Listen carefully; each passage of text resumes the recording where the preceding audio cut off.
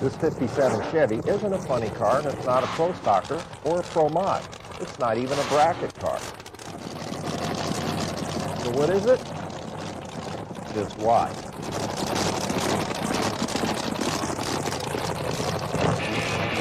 These are the Nitro Warriors.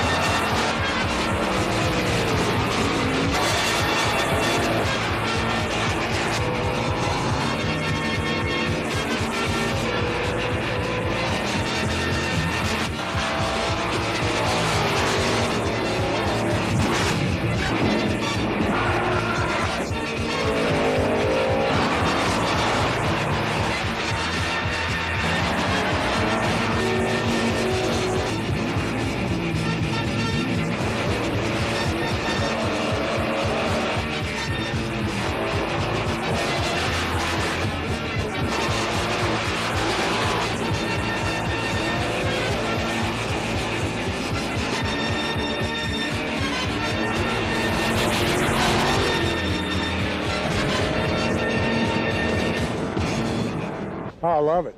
Absolutely love it. Been a drag race fan since I was this tall. Hello, everyone. I'm Big Daddy Don Garland. And I'm Kenny Youngblood. And welcome to the Museum of Drag Racing. We're here to bring you the very best in drag racing entertainment.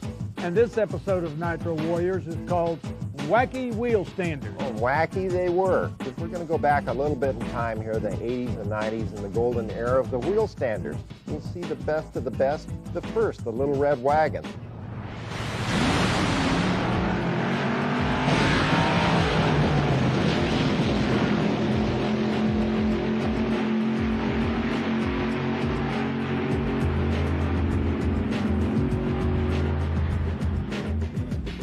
Big, apart from the serious race cars in drag racing, the funny cars and fuel dragsters, people who've never been to a drag strip might not know that there's a whole nother realm of what we call exhibition cars.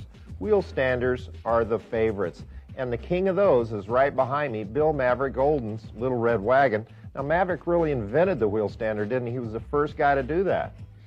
He was the first guy to do it, but it wasn't what we say invented. It was stumbled upon, and that's quite a story in itself. He came to my shop, and he was going to get this car that we were building for him by Dodge. They had contracted us to build this supercharged rear-engine Dart. This was a serious race car. This was to really go racing, right. In other words, instead of the engine being way up front where the wheels would spin all the time, we put the engine in the back right up against the rear, high gear only. Maverick took one look at that Dart and said, I ain't getting in that car, got on a plane, flew to Detroit, went to Dick Bransoner's shop, and they were building one of these little trucks. And he called Chrysler, and they said, well, if you want that truck, you can have that one. But it wasn't a Wheelstander yet. Oh, no, this was a real race truck. And the engine was in the bed to put the weight on the rear wheel so that they could have supercharged and be really powerful and get the tires to not spin. So, Kenny, they go out to the local airport, make a couple of runs, and it just keeps coming up in the front, and they're waiting it won't go down. Finally, Maverick says, you know, maybe I could make some kind of a device that we could steer it with it up, and this thing would really be a trick thing, and people would pay money to see it. And the rest is history. Okay, here we go in the first round of the Wheelstander action. We got a Dodge truck taking on a Volkswagen. Well, a 1957 Volkswagen, Danny Bermer. It's a beautiful machine, and I'll tell you what, this 1957 Volkswagen never thought it would have a life like this. His competition is going to be the king of the Wheelstanders, Bill Maverick Golden. Out of Oklahoma, the infamous Little Red Wagon, without a doubt. The legendary chuck wagon of dragster Danny Bermer's got his work cut out for him here. While the heat is being put to the motor of Maverick Golden. I'll tell you what, he's been racing this machine a long time. Experience definitely goes to the near lane. Check that wheelie out. That's a big, wild, top fuel wing on the back.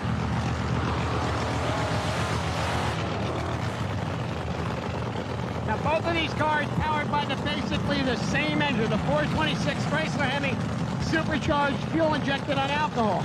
Now, these drivers don't have holes in the floor pan, so when they get those front wheels up in the air, they're looking straight down the drag strip a couple hundred feet ahead of them. It must be a wild ride. Well, working the brakes, all they have to steer the vehicle is rear wheel brakes, and they're pulling one lever at a time and hoping that baby's going straight and eliminating the competition.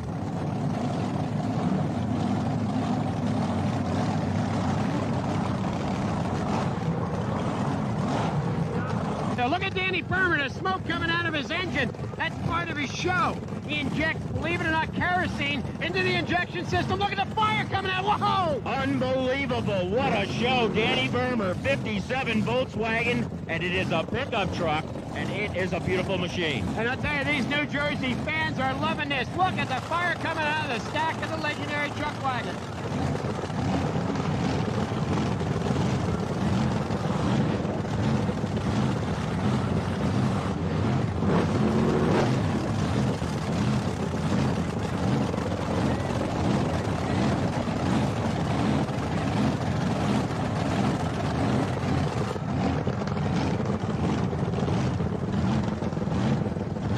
Maverick, when I met him, he was a pure racer in 1962, Green Valley, Texas. He showed up there with his 62 Dodge racing, and I showed up with my 62 Dodge, and we actually raced in the eliminations at Superstock. He had no intentions of ever being an exhibition person. He wanted to race and win races, but that Wheelstander changed his whole life. Yeah, this is my little red wagon. I've been working on this baby for about 25 years. I got into this wheel standing after my AFX days back in 1964, and Dodge wanted me to shoot a commercial with them and use this new little red wagon to see how it would work. So we drove it for them. It was scary. We done wheelies and never knew that they was going to be so popular. Everybody and his brother wanted to do, you know, to get the wheelstand show on their track. So anyway, now there's a bunch of wheelstand drivers. Then, of course, there was only me, and I started. I'm Bill Maverick Golden. I hope a lot of you know me by now.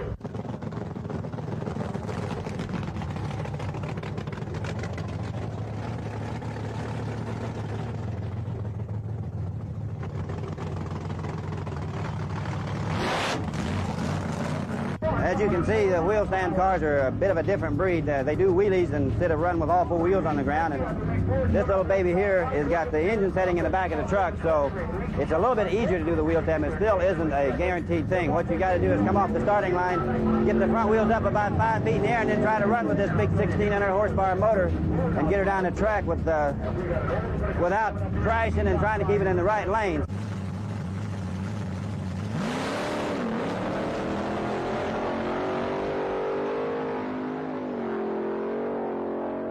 Whenever I'm driving a little red wagon down the quarter mile and I want to make a directional change, I'll reach over and grab this right-hand brake, and this sounds easy, believe me, it isn't. At 130 miles an hour, I'll grab this right-hand brake. If I need to go to the right, if I need to go to the left, I'll grab this. This is the parachute release. When I need to pull the parachute release, I grab this and I shove it forward about 3 inches.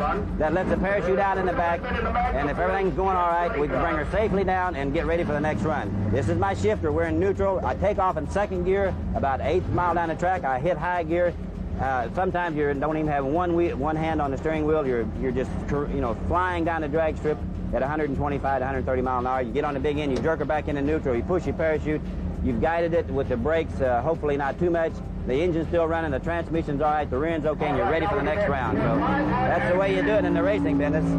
Only 24 hours a day is all it takes, and you can be a racer just like that. The call for this round of Wheelstander competition for the Little Red Wagon.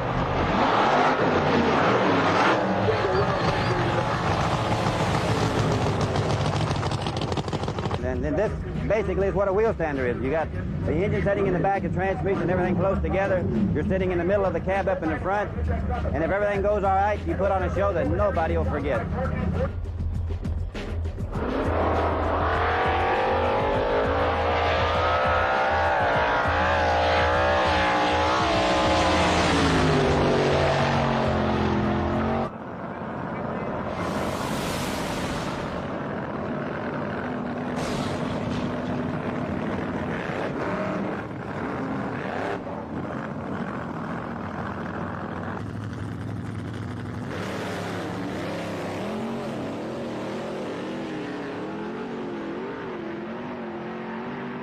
The father and son team of Jack and Toby Ermentrout were two of the most active wheel standers on the East Coast in the 80s and 90s.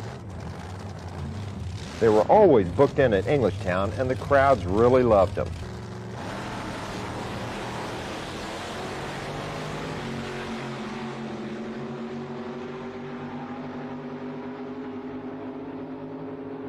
In this next segment, we're going to see something totally different as Jack and Toby Ermintrout, who were regulars at Englishtown Raceway Park with their Wheelstanders, decide to link the two cars together with an iron bar and have a Wheelstander tug-of-war. It wasn't as though the Wheelstanders weren't popular anyway. I mean, the kids just loved them. Anytime they went down the racetrack, they were just screaming and hollering. So now this ought to really perk them up. This is something else.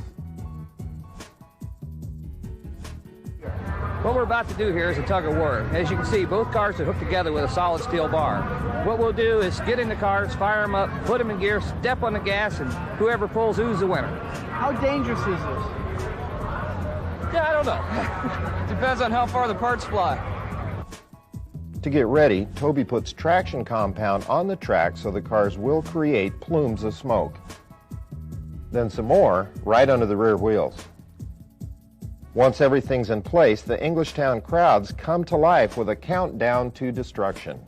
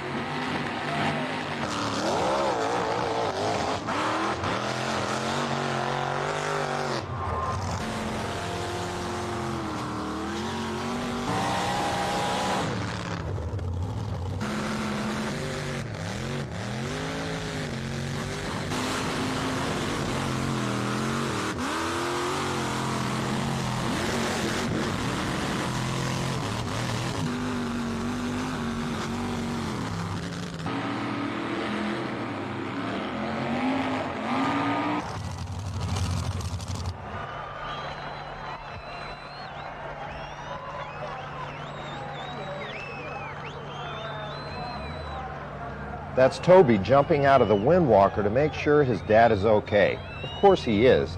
These are two war-weary veterans who've got their act down pat, and the fans just love them for it.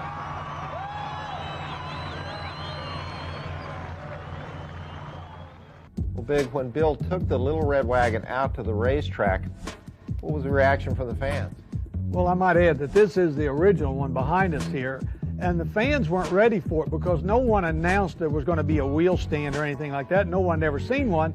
And here this car goes up on its rear wheels and goes all the way through the quarter, 120 miles an hour on the rear wheels. It brought the house down. And that really started a revolution at racetracks all over the country. Oh, it was unreal. They built everything you could possibly think of. They even mounted the bodies on some of these things backwards. They call them the backwards pickup trucks. One of the strangest Wheelstanders was the Hell on Wheels. Can you guess what it is? Well, here it is in exhibition again at E-Town Raceway Park, except he didn't finish his run like he thought he would.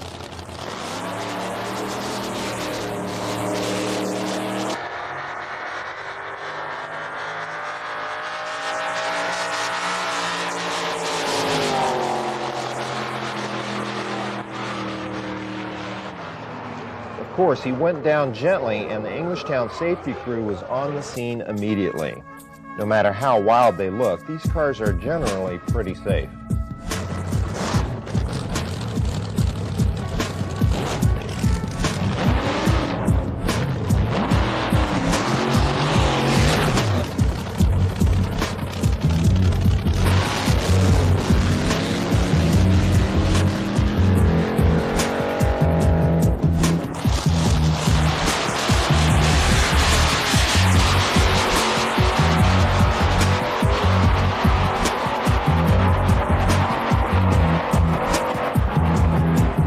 Speaking of wild and wacky, Wheelstanders go way beyond just cars and trucks, especially those that come to Broadway Bob's Great Lakes Dragway.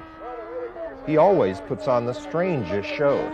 For instance, how about a two-man wheel-standing bike?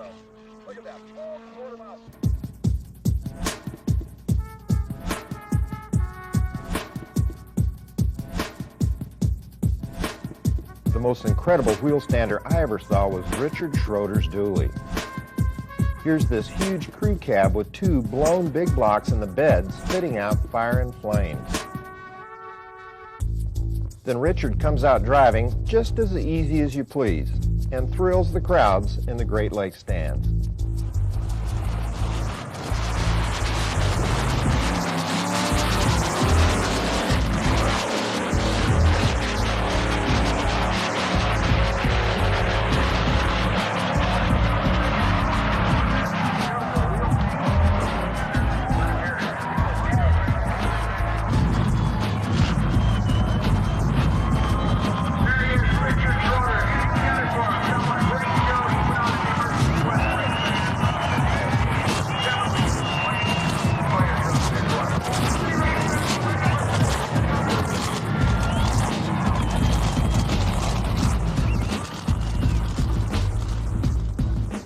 Here, lovely Linda Vaughn, the First Lady of drag racing, caught up with another legend at Indianapolis Raceway Park.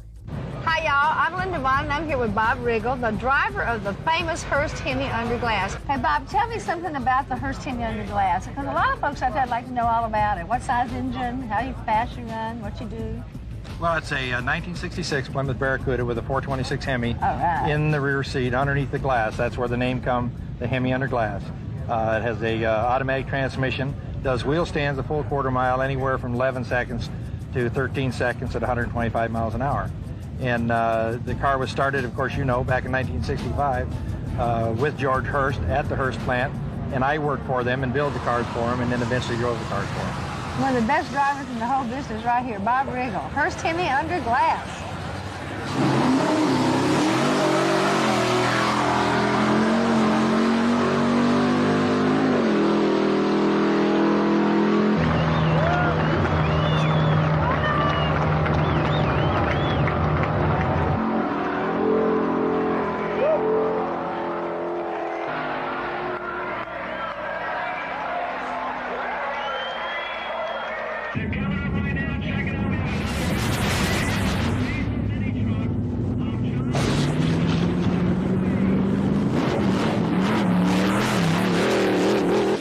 I bet none of you folks out there know that John Force has got a brother and he runs a Wheelstander.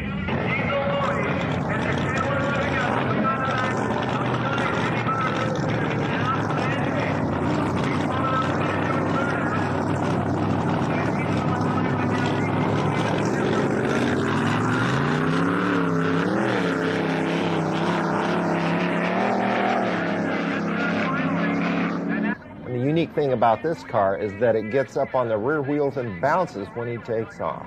Bounces? Explain that to you. What do you mean? Well, take a look at this rare footage of Diesel Louis in his Wheelstander at Englishtown Raceway Park. Okay, now here we go with one of the wildest wheel standards of all time. This is Diesel Louis Force. This is Johnny Force's older brother. Now, he doesn't drive a nitro funny car like John does.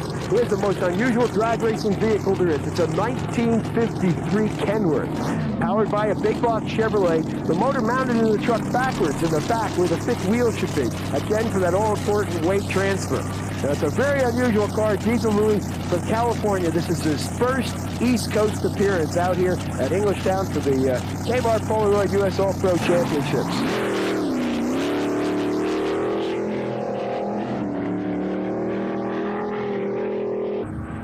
Big, and if you'll notice in this footage, the crowd is packed in there at Englishtown Raceway Park, and this is strictly an exhibition vehicle show.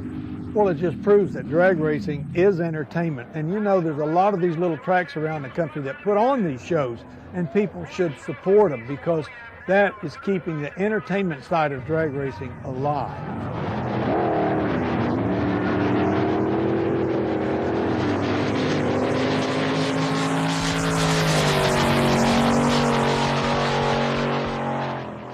Louis looked like he was having more fun than anything else, bouncing all over the track. But I'll tell you this much, the Englishtown fans like that rig more than any other. It seems like the Forces have a knack for entertaining the crowd. That's Diesel Louis Force out of Yorba Linda, California, the sport's only wheel-standing Kenworth-bodied machine. the most unusual wheel stander ever seen in the sport of drag racing, let me tell you. So Wheelstander vehicles are specially constructed to do just what they do. And actually, how do they make these cars do this? Well, they put a lot of weight on the back, a lot of power, not much weight on the front, and even the tailgates and the backs of them are weighted.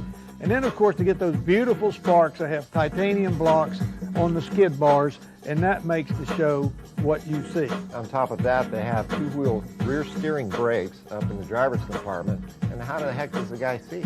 Well, on some of the vehicles, they have windows cut right in the floor so they can see out. And, of course, like in the little red wagon, he's set high enough in the car, he can actually see out through the windshield. Well, that's got to be quite a ride. Have you ever thought about building one? No, I don't care to go down on two wheels. I've had my fill of that. Let's get back to more wacky wheel standers. Danny O'Day is another standout in the wheel stand race.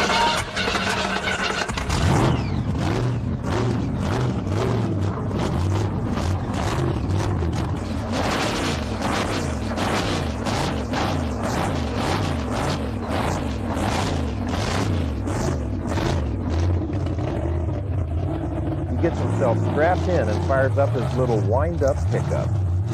That's a mock wind-up key in the bed behind the engine, Danny's trademark on all his trucks.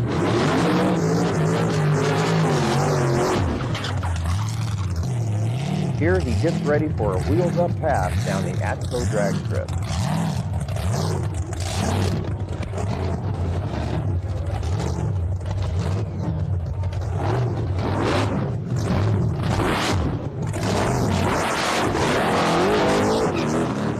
All wheel standers have their own style, but they all pretty much follow the same procedures.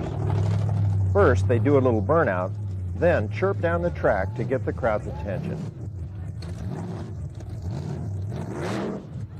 Danny gets lined up for a single and waits for the tree.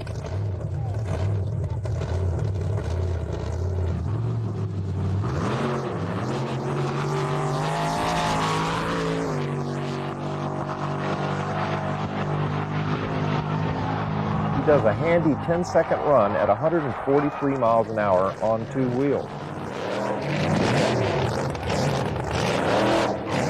This is an earlier version of Danny's string of wind-up pickups. It's an El Camino, doing its thing at New England Dragway in 1986. Here, Danny lines up against Toby Ermintrout, the Hollywood Kid, for a blast down the New England track.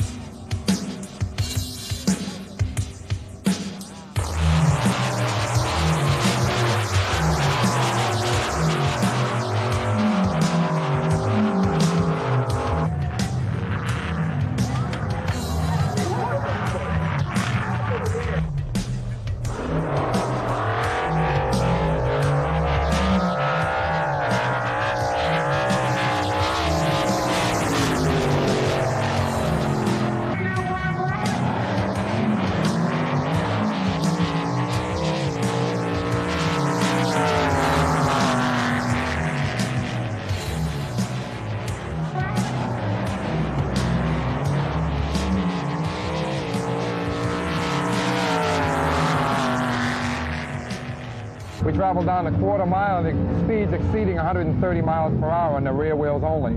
The front wheels are approximately 6 feet in the air.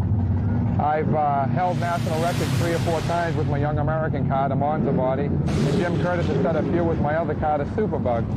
These cars are tube chassis type, almost like a rear engine funny car. The reason the engine is in the rear is all the weight transfer is in the back of the car, and what it does is makes a good lifting type effect to the front of the car. Down the quarter mile, front wheels up in the air the whole way down the quarter mile. Madman Marco is what they call me. My real name is Mark Hildenin, up in Boston, Massachusetts. I've been driving race cars for the past 11 years. The past 6 was wheel stand cars for a full-time living. Myself and Jim Smokehouse Curtis co-drive. I drive this car here called the Young American Chevy Monza Wheelstander. My co-partner, Jim Smokehouse Curtis, drives the Superbug, which is a VW body wheel stander. Here's a real rare treat, the traveling sideshow act of the young American wheelstanders. It's a very different feeling to lift the front wheels 6 feet in the air and have to control the car with a braking system in the rear wheels.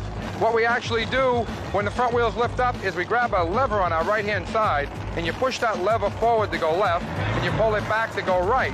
The reason for this, obviously, the front wheels are 6 feet in the air. There's no way of using the steering wheel. All we use the actual steering wheel for is steering the car once it comes down for making a quarter-mile run.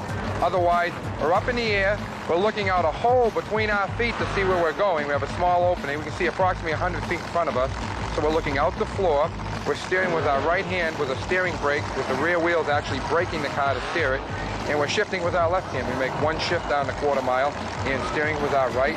We leave the starting line, and hopefully if we make a good run, when we get to the other end, we're going over 130 miles per hour with the front wheels up in the air, wheelstanders. These cars are a good blend of serious and show-off race cars.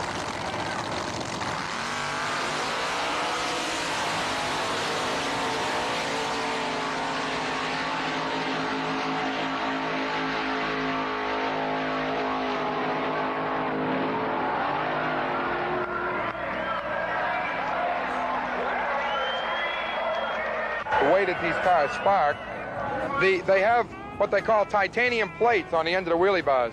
The wheelie bars are here that come out the back of the car, and here we have plates of titanium, and as they're breaking off, these pieces of titanium are very hot, and it's a very, very bright white spark, and as they're going off into the air, they're burning up, and it's a very bright white spark, and that's the reason we use the type of metal titanium, just as part of our show. Wheelstanders and exhibition cars in general are a real testimonial to the creativity of racers. There's no telling what they're going to come up with. That's exactly right. Creativity is the hallmark of drag racers. They want to make something new and different every time. In fact, today, I think that's one of the things wrong with Top Fuel. It's stagnant. Nobody's making anything new and different. Does the term cookie cutter cars ring a bell? Oh, that's exactly what they are.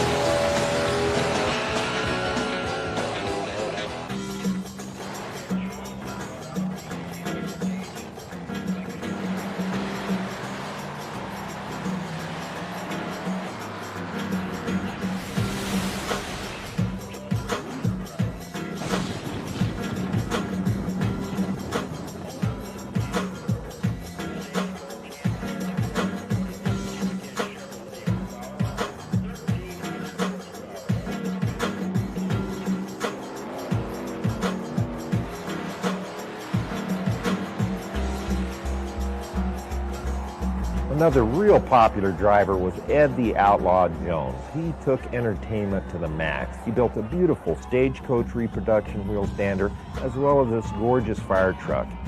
He'd do the burnouts, he'd do the wheelie run, but he'd burp up and down the track, belching flames out of the motor. Really put on a great show.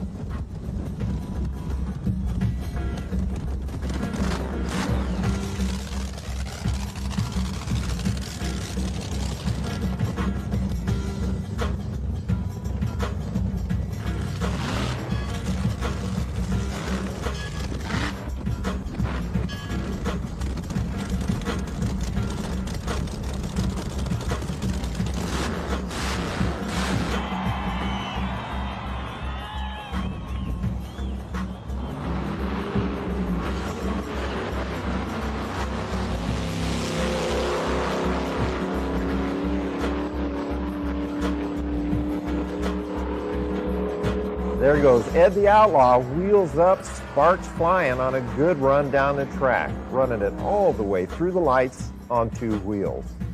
Ed spins the fire truck around in the shutoff area and heads back for the starting line with flames belching out of the motor as he slowly goes down the track.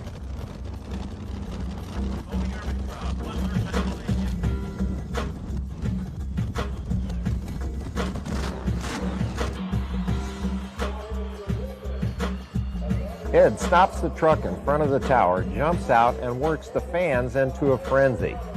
From out of the back of the truck, he pulls a big box, and they know what's coming next. Ed goes over to the fence and starts handing out that candy. The fans just love this act for more than one reason.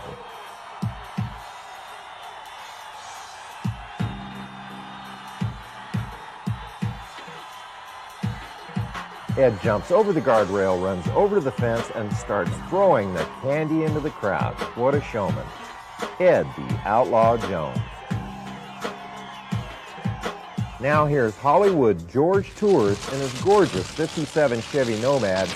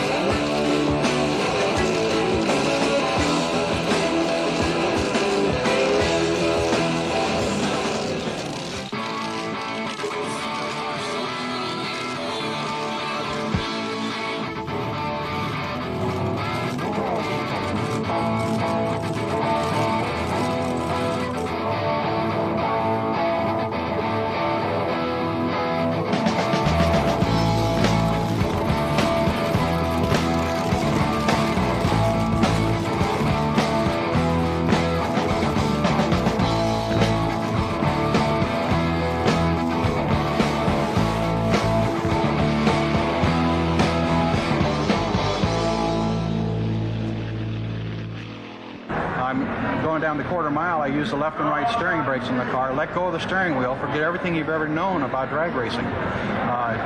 No steering wheel whatsoever is used. It has a Turbo 400 transmission by Darrell Young Racing Transmissions, and it's like flying an aircraft, just like piloting a jumbo jet down the quarter mile.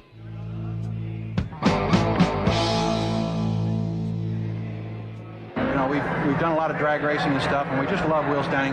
Myself, once I took my first ride in a wheelstander, it's all over. You can't do anything else but.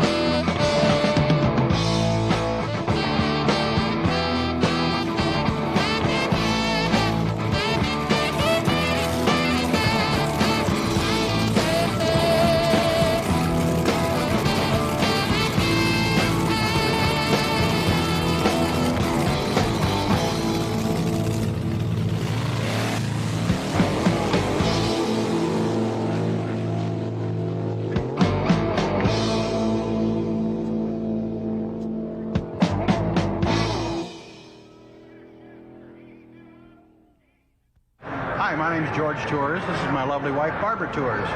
This is our love, Flashback Exhibition Wheelstander.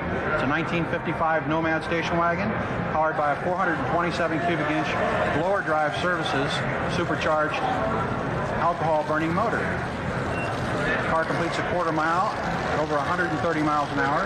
It's an exhibition car. It runs at the National Hot Rod Association's Super Chevy Sundays, all over the United States, any quarter mile track, car shows now we're doing. The unique thing about the car is it's a 55 Nomad that's been chopped. It's a center seat car. There's only one seat in the car. You run down the quarter mile and you look through the floorboards.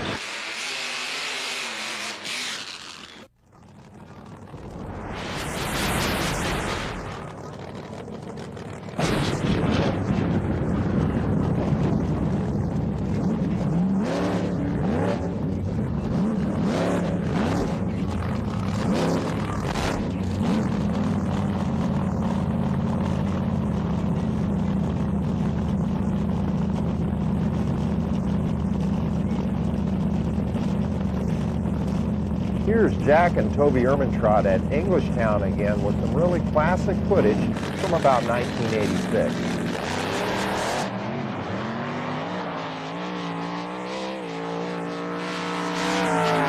Nighttime really highlights the drama of wheelstanders as the titanium plates on the wheelie bars send off sparks that just seem to explode in the darkness.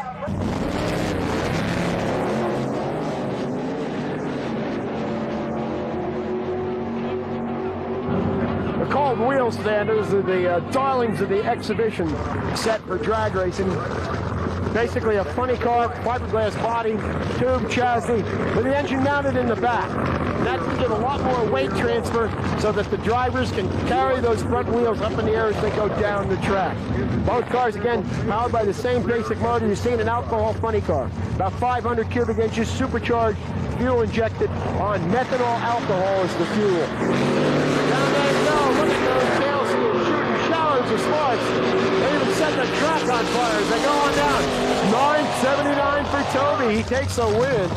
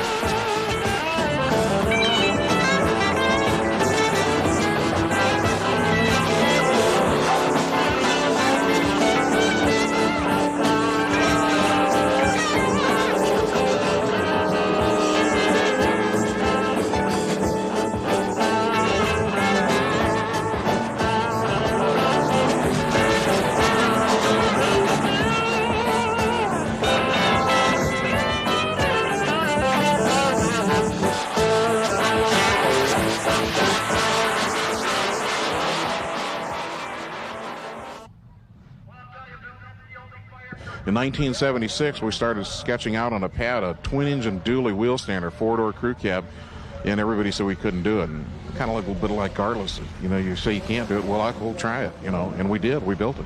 It took 3.5 years in the construction of that vehicle. I did it alone. Had a lot of guidance and help from some of my friends, and it was a nightmare to begin with. We had a 6-gear transfer case that collected both engines from the 2 transmissions that we run, and it was a real engineering thing to try to get this to really, really work properly.